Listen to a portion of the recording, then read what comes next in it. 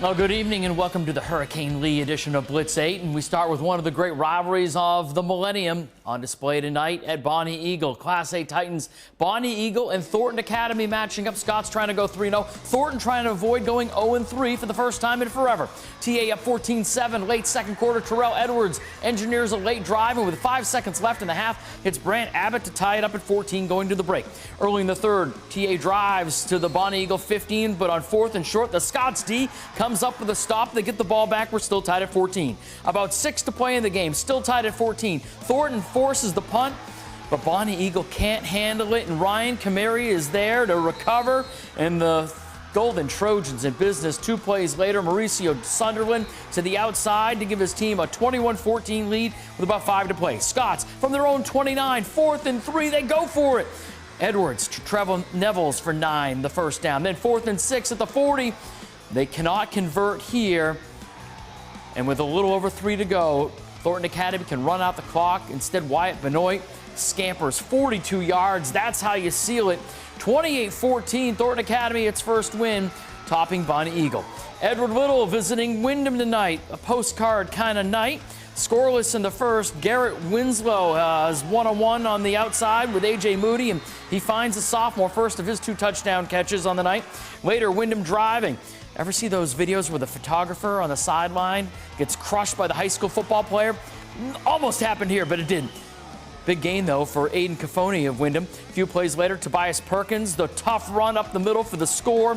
48-0, Windham. Perkins with 3 touchdowns. The Eagles at Thornton next week in a big one. Portland visiting Lewiston. First quarter. Louis Thurston back to pass. He's going to find Regan Buck, who seems to always make plays. 7-0 Bulldogs. Then the fake to Aiden McGowan, and then the swing pass to Buck, again making a play. He's going to go 35 yards for the touchdown. 14-0 Portland in the first. More first quarter offense from the Bulldogs from their own 30, and that's within scoring distance for McGowan, who breaks off a 70-yarder. He had 3 touchdowns. 47-6 Portland. Blue Devils will try and win next week at Bangor. Bulldogs are 3-0. All right, Sanford facing off against South Portland. First quarter, Rylan Avery, big game for this guy. Takes the handoff, he goes 19 yards. Sanford goes up 6-0. Next Spartan possession. It's Avery again getting to the outside, and he dives for the end line, and he gets in. 23-yard touchdown run, 12-0 Sanford. South Portland would not go away, though. After an interception set up the Red Riots, Matthew Fry scores the first of his 3 touchdowns. But on the ensuing Sanford possession, Jordan Bissonnette. Who wants to tackle this guy? Nobody raises their hand. 53-yard touchdown run, 31-20, Sanford, another win. Meanwhile, at Deering, Brendan Scully is the program's 8th coach in the last dozen years, but they seem to be building something special. Coming into week 3, 2-0 on the year. Hosting Biddeford tonight, looking for its first win. Offense hard to come by. Biddeford going to the air, but Tavian Latour, another big interception by the Deering safety. Late in the first half, Jaden Augusto with a great catch on the sideline for the Tigers, but they couldn't score. Still scoreless. First play of the fourth. Ram backup QB Jordan Tobias sneaks it in from a yard out, and it's 6-0 Deering. Biddeford driving to tie it, but Archie Rubin, the interception at the goal line, and Deering does it again. 6-0 over Biddeford. The Rams stay unbeaten. Another unbeaten Ram, the Kennebunk Rams traveling to Westbrook. First possession of the game. Rams driving, but Dimitri Lupin, the sophomore, with the pick for the Blue Blazes, it stays scoreless. Later on, Rams drive again. Maddox Rawls, the short touchdown run, 6-0 Kennebunk. Then, in the second, some misdirection, razzle-dazzle. Greg Compton fakes the give, and his tackle, Jonathan Hines, he's eligible. Oh, is he eligible? The touchdown catch. His first as a varsity player. Wait, no, he tells me his first all-time touchdown. Congratulations. He's got to work on the celebration, coach. You got to get him more touches so he can work on that celebration. 35-0 Kennebunk with the win. All right, Gorham looking for its first win against Marshwood. Early in the third, Isaac Young. Play action to Camden Martell. Gorham with the score. They're up 20-13. Early fourth, after a Rams turnover, Tyler Hussey, the quarterback rollout touchdown, 20-20.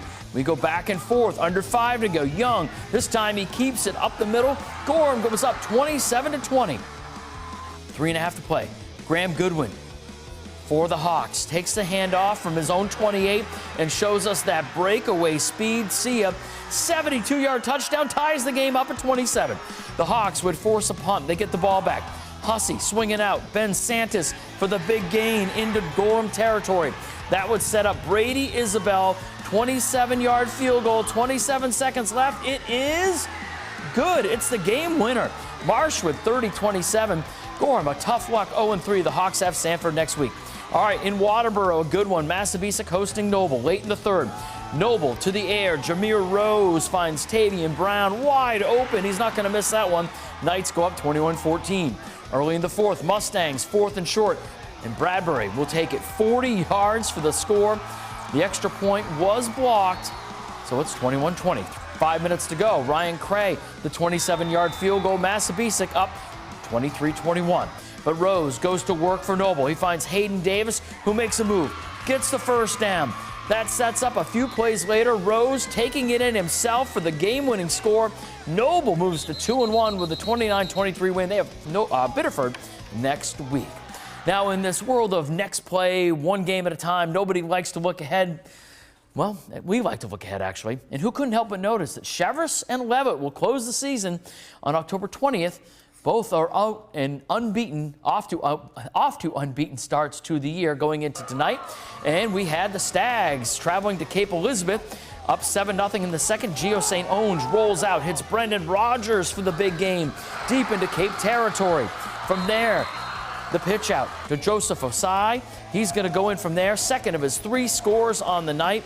Later in the third, they put it away. St. Onge, the 1-yard touchdown run. 28-0 Cheverus. The Stags have a tough one next week. They have Wells. Leavitt on the road at York. After a big play on special teams, Leavitt scores on their first play from scrimmage. Noah Carpenter from 3 yards out. First of his 3 rushing touchdowns, 75 yards on the ground. Next Hornet possession, Maddox Demers rushes it in from 12 yards out, and it was 14-0 Leavitt like that. Next Hornets possession, Demers, another touchdown run, this from 11 yards out. Jace Negley, 3 sacks. Leavitt wins it 63-13. They have Oxford Hills next week. Freiburg at Lisbon tonight. Third quarter, Michael Malia of Freiburg, gets the pitch, and you think he's down, but nope, spins off a guy, goes deep into Lisbon territory. Later on in the drive, Daniel Ruiz Cantu up the middle for the score. It's 42-0 at that point. 43-20 Freiburg with the win tonight. All right, how about some 8-man? We had Mount Ararat at Gray. Scoreless game, and the Eagles trying to drive, but big number 88, Braden Russell, shuts down the run, gets some help from Kane Karp in the second quarter.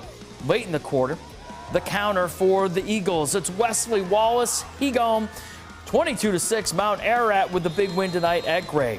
All right, how about this afternoon in a game that was supposed to be played tomorrow? We had Morse at Waterville. Second quarter, Morse with a 3rd and 9. Kalen Gould goes 59 yards. That's how you convert on 3rd and long. That's deep into Waterville territory. 2 plays later, Gould goes in for the score. Morse takes an 8-0 lead, and Gould would throw a touchdown pass late, and Morse would win this one. They've won back-to-back games. This one 16-14. Gardner at home taking on Falmouth. Late in the first quarter, Chase Burgess, the 10-yard touchdown pass to Zach Kirsten. Burgess threw for another 2 scores, ran for another one. 20-0 Gardner with the win over Falmouth. Madomic Valley on the road tonight at the Brewer Witch Project. Near halftime, it's 7-0 Panthers. They give it to Aaron Reed. He finds a lane, sheds a tackle. No one is going to stop that big man. Madomic up 14-0 at the half. In the fourth, they give it to Reed one more time. He scores from a few yards out, 30-8 Madomic Valley with the win over Brewer. And Bangor and Skowhegan, a rivalry game at Cameron Stadium. Jack Shuck on the option, and he's going to opt to hit Damon Muscala for the score. 42-0 Bangor with the win. UMaine loses to Rhode Island. They fall to 0-3. That's Blitz 8. Thanks for watching.